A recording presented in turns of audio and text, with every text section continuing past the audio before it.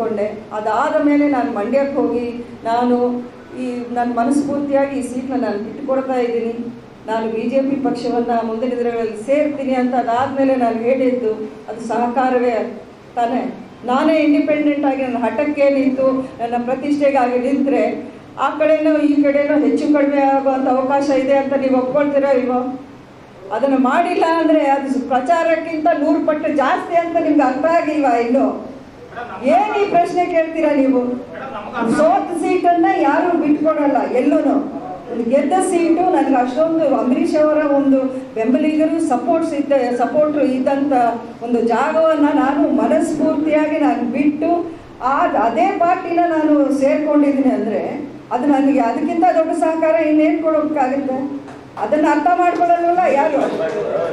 ಅಲ್ಲಲ್ಲ, ಯಾರು ಏನಾಗ್ತಿದೆ ಅಂದರೆ ಈಗ ನಮ್ಮಂಥವರು ಅಥವಾ ಒಂದು ಒಳ್ಳೆ ಉದ್ದೇಶ ಇಟ್ಕೊಂಡು ಪಾಲಿಟಿಕ್ಸ್ಗೆ ಬರೋವ್ರನ್ನೇ ಎಷ್ಟು ಹೆದರ್ಸಿ ಕಳಿಸ್ಬಿಡ್ತಾರೆ ಅಂದರೆ ಜನ ಇದಕ್ಕೇನೆ ತುಂಬ ಜನ ಹೆದರ್ತಾರೆ. ಅಯ್ಯೋ ಇಲ್ಲಿಗೆ ಬಂದರೆ ಈ ರೀತಿಯೆಲ್ಲ ನಾವು ಮಾಡದೇ ಇರೋದು, ನಮ್ಗೆ ಇಲ್ಲದೆ ಇರೋ ಆ ಉದ್ದೇಶವನ್ನು ನಮಗೆ ಇಲ್ಲಿ ಸ್ಟಿಕ್ ಮಾಡಿಬಿಟ್ಟು ನಮ್ಮನ್ನು ಬೇರೆ ಥರ ಲೇಬಲ್ ಮಾಡ್ತಾರೆ ಅನ್ನೋದು ಭಯಕ್ಕೇನೆ ತುಂಬ ಜನ ವಿದ್ಯಾವಂತರಿರಲಿ ಅಥವಾ ಬೇರೆ ವೆರಿ ಗುಡ್ ಇಂಟೆನ್ಷನ್ಸ್ ಇರೋರು ಇವತ್ತಿನ ದಿನ ಪಾಲಿಟಿಕ್ಸ್ಗೆ ಬರದೇ ಇರೋ ಕಾರಣ ಅದಕ್ಕೆ ನಾವು ರಾಜಕಾರಣ ಈ ರೀತಿ ಹಾಳಾಗ್ತಾ ಇರೋದು.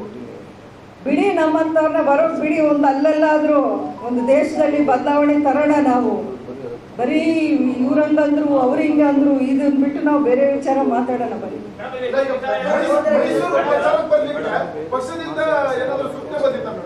ಪಕ್ಷದಿಂದ ಅಧಿಕೃತವಾಗಿ ಕಳಿಸ್ಲಾ ನನ್ನ ಲೆಟರು?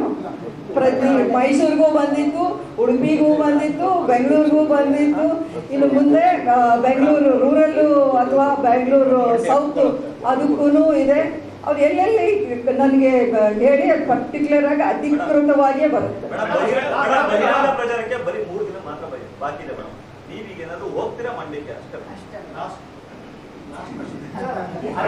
ನೀವು ಮಂಡ್ಯದವರು? ಮೈಸೂರು? ಈಗ ಮಂಡ್ಯ ಪ್ರೆಸ್, ಮೈಸೂರು ಪ್ರೆಸ್? ಅಲ್ಲಲ್ಲ, ನೀವು ಯಾವ ಅಂದರೆ ಯಾವ ಮ್ಯಾಗಝೀನ್ ಅಥವಾ ನ್ಯೂಸ್ ಫಸ್ಟ್ ಮೈಸೂರು? ಬಟ್ ನೀವು ಕೇಳ್ತಾ ಇರೋದು ಬರೀ ಮಂಡ್ಯ ಬಗ್ಗೆ. ಹಾಂ, ಓಕೆ. ಏನು ಕೇಳಿದ್ರಿ ಹೇಳಿ?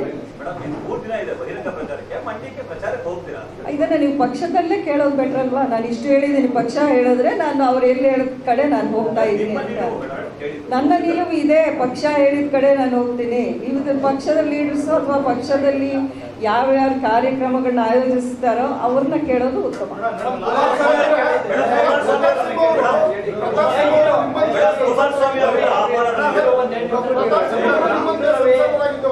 ಅವರು ಮೈಸೂರಲ್ಲೂ ಪ್ರಚಾರ ಮಾಡಿದ್ದಾರೆ, ಬೇರೆ ಕಡೆಗಳಲ್ಲೂ ಪ್ರಚಾರ ಮಾಡಿದ್ದಾರೆ. ಆ ನಿಟ್ಟಿನಲ್ಲಿ ಅಷ್ಟೇ ಮೈಸೂರಿಗರ ಪ್ರಶ್ನೆ ಮೇಡಮ್ ಅಷ್ಟೇ. ಈ ಪ್ರಶ್ನೆ ಬಿಟ್ಟು ಇನ್ನೇನು ಇಲ್ವಾ ಇಂಟ್ರೆಸ್ಟ್? ಅಲ್ಲ, ಸುಮಲತಾ ನೋಡಿದ್ರೆ ಬರೀ ಮಂಡ್ಯ ಪ್ರಚಾರ ಮಾಡಿ. ಅರೆ ಮಂಡ್ಯದಲ್ಲಿ ಏನೇನು ನಡಿಬೇಕು ಎಲ್ಲ ನಡೀತಾ ಇದೆ, ಸಕ್ರಿಯವಾಗಿ ನಡೀತಾ ಇದೆ. ನಿಮ್ಗಿಂತ ನನಗೆ ಕಾಳಜಿ ಇದೆ ಬಿಡಿ.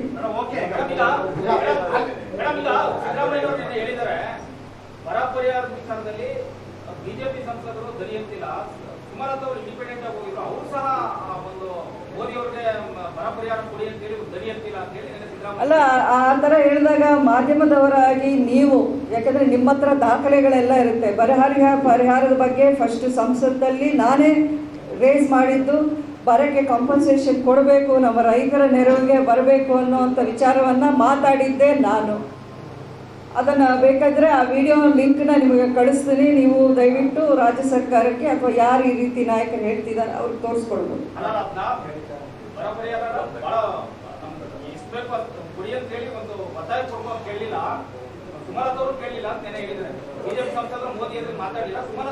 ಅಲ್ಲ, ಈಗ ಪ್ರಜಾಪ್ರಭುತ್ವದಲ್ಲಿ ವ್ಯವಸ್ಥೆ ಯಾವ ರೀತಿ ನಡೆಯುತ್ತೆ, ಯಾರು ಏನು ಕೇಳಿದ್ರೆ ಏನು ಸಿಗುತ್ತೆ, ಎಷ್ಟು ಸಿಗುತ್ತೆ ಅನ್ನೋದು ವ್ಯವಸ್ಥೆ ಹೆಂಗಿದೆ ಅಂತ ನಿಮ್ಮೆಲ್ರಿಗೂ ಗೊತ್ತಿದೆ. ಒಬ್ಬ ಸಂಸದರು ಹೋಗಿ ಅಲ್ಲಿ ನಿಂತ್ಕೊಂಡು ಸಾವಿರಾರು ಕೋಟಿ ತರುವಂಥ ಒಂದು ವಿಷಯ ಮಾಡೋಕ್ಕೆ ಸಾಧ್ಯ ಇಲ್ಲ. ಎಲ್ಲರೂ ಸೇರಿ ಒಟ್ಟಿಗೆ ಮಾಡಬೇಕು, ಅದರ ನಿರ್ಧಾರ ಮಾಡೋದು ಸರ್ಕಾರ. ಇನ್ನೊಂದು ವಿಷಯ ಹೇಳ್ತೀನಿ ಕ್ಲಿಯರ್ ಆಗಿ, ಸ್ಪಷ್ಟವಾಗಿ. ನಿರ್ಮಲಾ ಸೀತಾರಾಮನ್ ಅವರು ಹೇಳಿದ್ದು ರಾಜ್ಯಕ್ಕೆ NDRF SDRF ಅಂತ. NDRF ಅಲ್ಲಿ SDRF ಪೋರ್ಷನ್ ಎಷ್ಟಿದೆ ಅದನ್ನು ಸಂಪೂರ್ಣವಾಗಿ ಕೇಂದ್ರ ಸರ್ಕಾರ ರಾಜ್ಯಕ್ಕೆ ಕೊಟ್ಟಿದ್ದಾರೆ. ಅದನ್ನು ಈ ರಾಜ್ಯ ಸರ್ಕಾರದವರು ಇನ್ನೂ NDRF ಇಂದ ಬರಬೇಕು ಅಂದರೆ ಅದಕ್ಕೆ ಒಂದು ಪ್ರೋಸೆಸ್ ಇದೆ. ಅದಕ್ಕೆ ಒಂದು ಏನೇನು ಡಾಕ್ಯುಮೆಂಟ್ಸ್ ಕೊಡಬೇಕು ಅದನ್ನು ಸರಿಯಾದ ಸಮಯಕ್ಕೆ ಇಲ್ಲಿಂದ ತಲುಪಿಸ್ಲಿಲ್ಲ. ಆ ಕಾರಣಕ್ಕೆ ಒಂದಷ್ಟು ಫಂಡ್ಸ್ ಇನ್ನು ಬರೋದನ್ನು ಅಲ್ಲಿ ಬರೋಕ್ಕೆ ಸಾಧ್ಯ ಆಗಿಲ್ಲ. ಇಲ್ಲಿ ನಾವು ಬೇಕು ಅಂತಲೇ ಅದಕ್ಕೆ ಈ ರೀತಿ ಒಂದು ಎಲೆಕ್ಷನ್ ಟೈಮಲ್ಲಿ ಹೇಳಬೇಕು ಅನ್ನೋ ಕಾರಣಕ್ಕೋ ಇನ್ನೊಂದು ಕಾರಣಕ್ಕೋ ನಾವು ಇದನ್ನು ಹೇಳೋದು ತಪ್ಪಾಗತ್ತೆ.